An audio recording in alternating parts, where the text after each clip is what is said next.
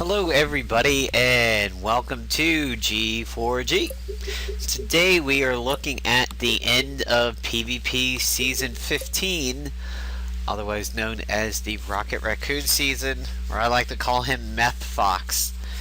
It's only because he looks incredibly crazy.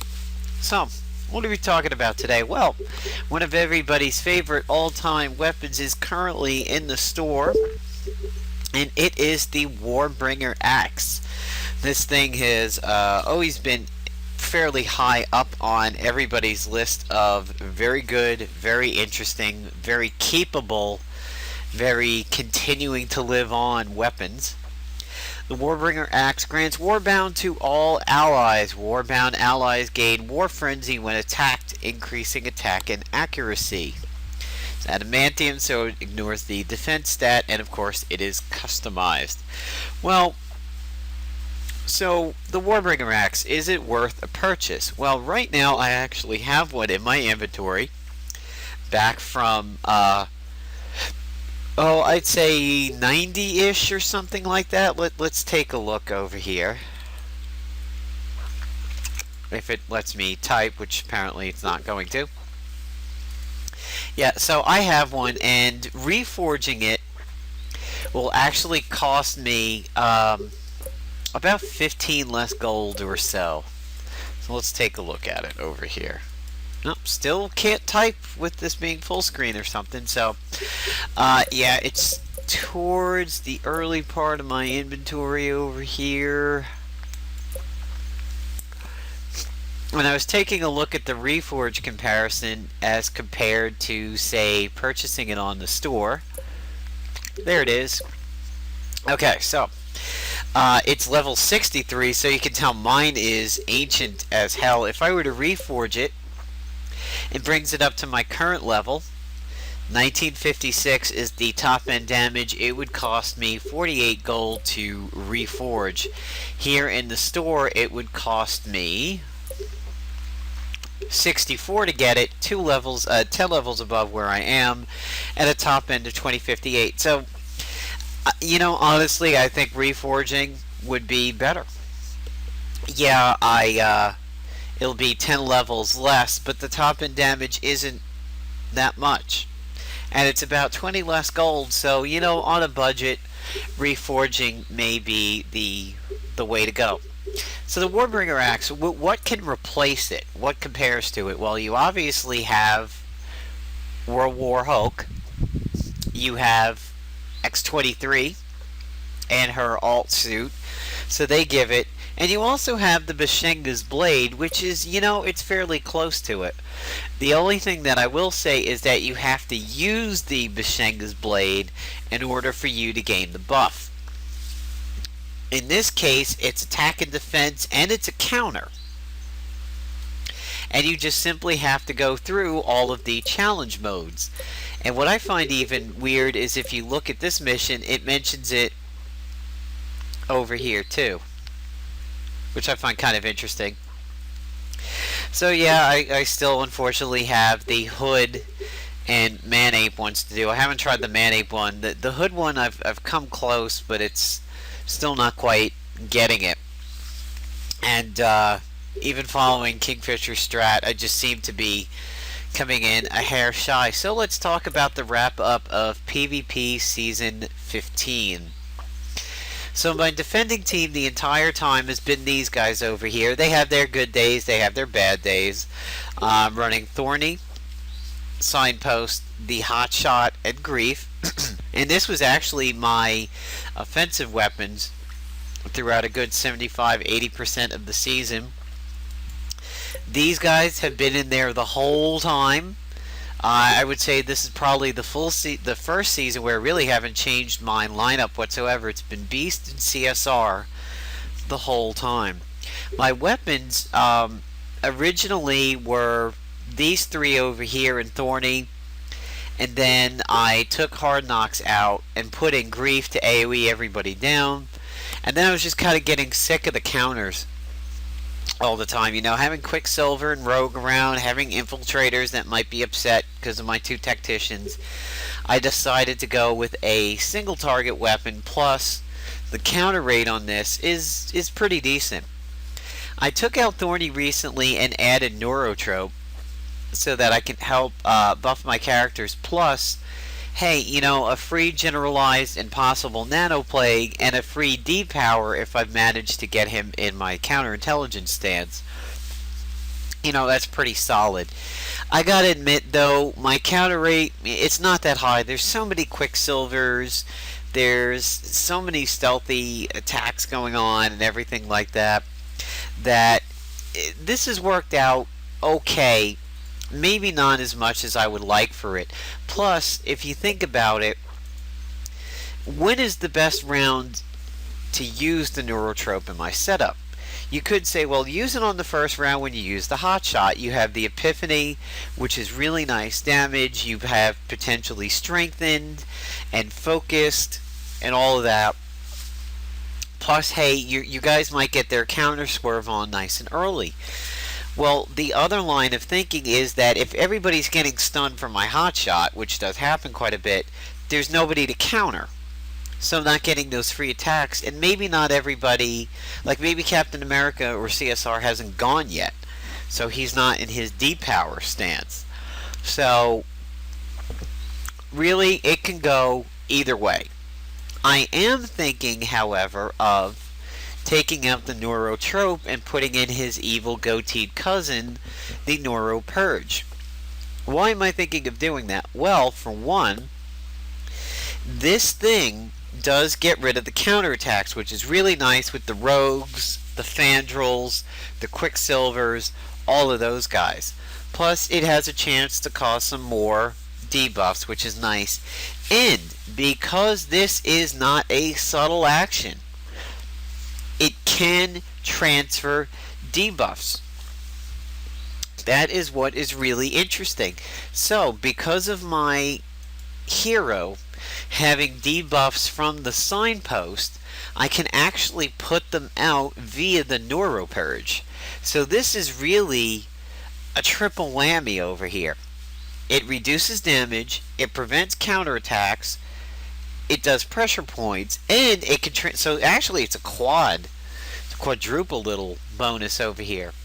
So let's take it for a little test spin over here and see how it works.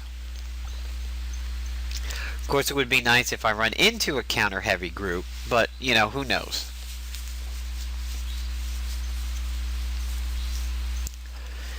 Okay, so this is pretty neat. We have a rogue over here.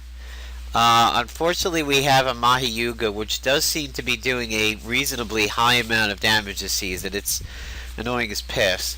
I do think people are stupid for the roguelike ISO for her, because she does end the fray anyway, so it doesn't matter that she has it when combat starts. So let's see what we get over here. Let's see, is it going to be the quick action version?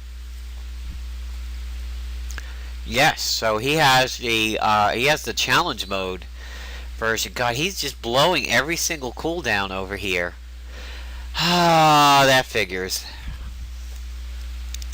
Well, at this point, it's a case of what are we going to do now? My agent, unfortunately, goes incredibly late. I don't want to risk it, so I'm just going to go ahead and recharge. I'm probably going to take a tremendous amount of damage from Thor over here. That seems a little stupid.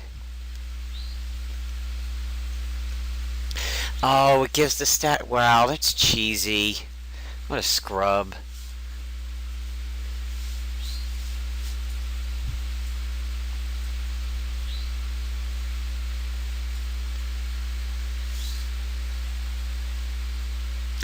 Well, at this point, I'm going to go with counterintelligence, at least get him set up in that stance. I don't want to risk depowering one of my own team over here. Generalized isn't really going to do anything, so I'll just go ahead and do this to spread some debuffs. I'm probably going to get Rogue in my face.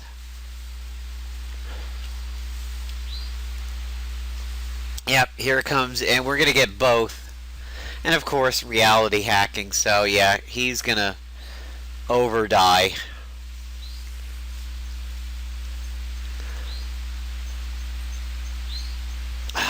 Tremendous amount of damage. So we're probably not going to be able to see... Oh, goddamn tactical. Yeah, okay, so this was a bad loadout on this one over here. There was nothing I could do about it.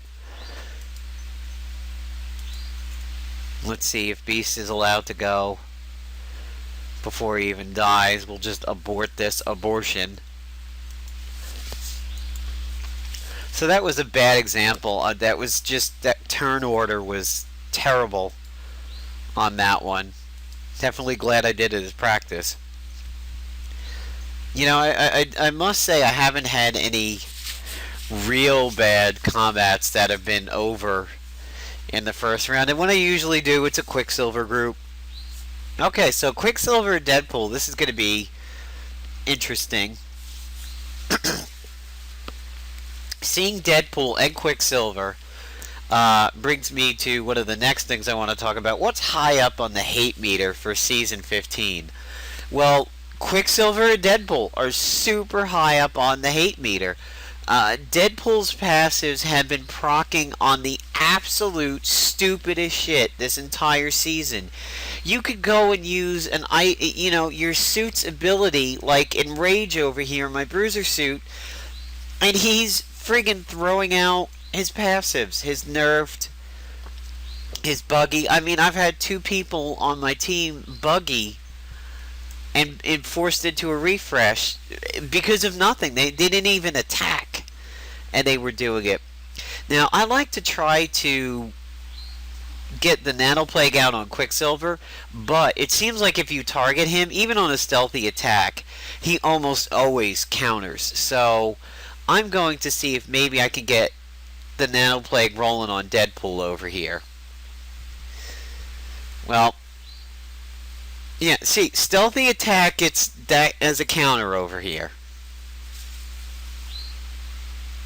Ridiculous. Massive damage on his level 1.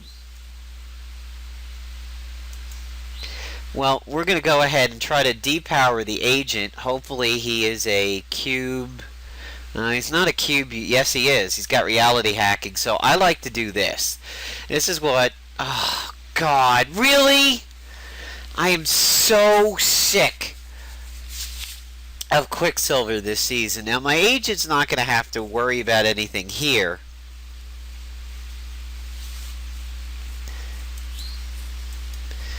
Due to the fact that my thing is AoE, so Blackest Void isn't going to be an issue. But I'm just ridiculously sick of Quicksilver this season. He's probably been in 90% of my matches. So let's see if this gets anybody rolling. See, now he's got burning. That's because the Neuro Purge transferred it.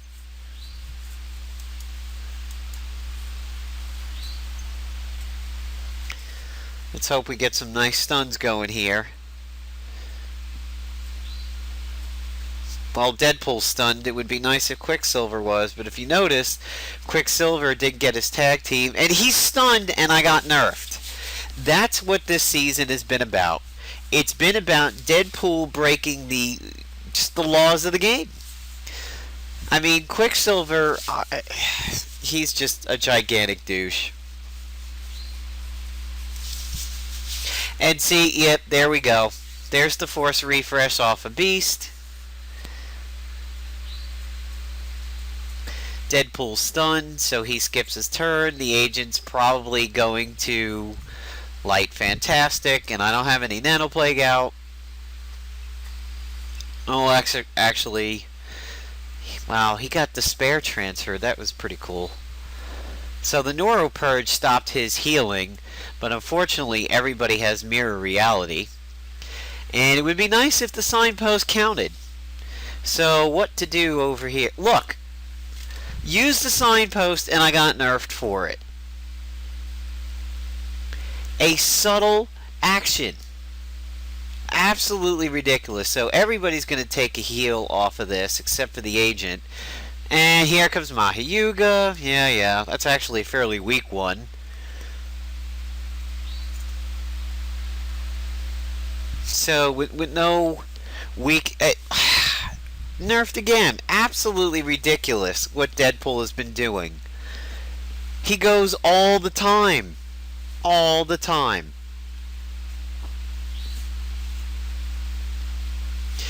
Good. So now 2 of their guys go before I go, but the agent might keel over to dots. Oh. Really? That's unfair.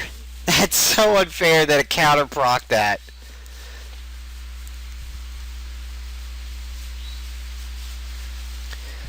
Believe me, my teams have had considerably better luck than this the whole time. So, okay. Let's hope Signpost does some huge damage over here. I'll get some decent heals going on because of the fact that I still have 2 people to vampire up over here. Alright, so, see, really, if I'm forced to refresh when this could be a win over here, look at that! Absolutely ridiculous. If I had that hard knocks up and could take one of those 2 out, that'd pretty much be guaranteed a victory. And I'm forced into a refresh for simply using this. And look at that! I friggin' recharged and I took a nerf bat. This is why Deadpool needs to rot in hell. And I'm sure he's gonna have... Yep, there it goes. What an absolute scrub. Absolute trashy scrub this season. I mean, a recharge is getting him doing his passives. That is utterly ridiculous, and that has been the story of this entire season. He was on death's door and he just came back up to 16k.